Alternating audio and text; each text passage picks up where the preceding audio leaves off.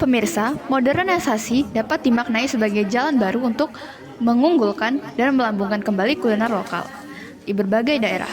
Salah satunya di kota Surabaya. Dengan kemudahan untuk mengakses suatu informasi, dapat membuka peluang peningkatan penjualan pada pasar kuliner lokal. Namun, sayangnya kesempatan besar ini justru tidak merata pada semua pasar kuliner lokal, seperti kuliner pecel Semanggi. Keberadaannya justru semakin redup dan tergantikan dengan makanan lainnya.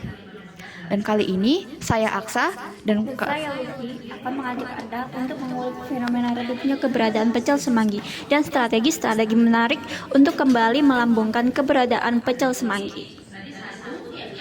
Pecel Semanggi merupakan salah satu kuliner lokal kota Surabaya yang berbahan dasar daun semanggi.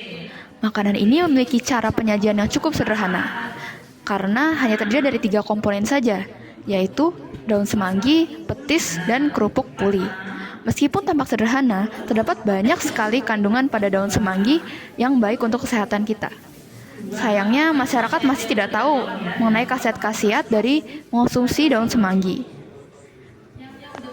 Bahkan kuliner pecel Semanggi ini pernah menjadi ikon menu salah satu hotel bintang 5 di Surabaya. Tetapi gelar ini tidak bertahan lama karena akhirnya pecel Semanggi mulai tergantikan dengan makanan yang memiliki daya jual dan daya tarik yang lebih tinggi.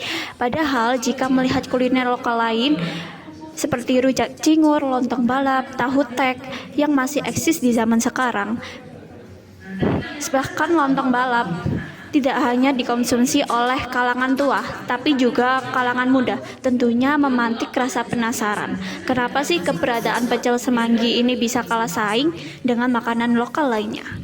Tetapi jika berbicara tentang kepopuleran suatu makanan, kita tentunya perlu melihat strategi pemasaran dan bagaimana sebenarnya pecel Semanggi ini beredar di kalangan masyarakat. Dilansir pada suatu jurnal yang berjudul Strategi Pemasaran Menu Tradisional, umumnya pecel Semanggi ini dijual dengan cara berkeliling, tanpa ada manajemen waktu yang pasti. Bahkan tidak ada strategi dan media promosi yang dilakukan. Penjual hanya mengandalkan berita dari mulut ke mulut sebagai sarana promosi, menyebabkan keberadaan pecel Semanggi ini hanya diketahui oleh orang-orang yang tertentu. Nah, dalam menghadapi masalah tersebut, terdapat 10 jurnal yang kami tinjau dengan kata kunci modernisasi, pecel Semanggi, dan strategi pemasaran kuliner lokal. Dari jurnal tersebut ada 2 poin penting nih yang harus dilakukan sebagai langkah pelestarian dan memperkenalkan lebih luas pecel Semanggi kepada masyarakat.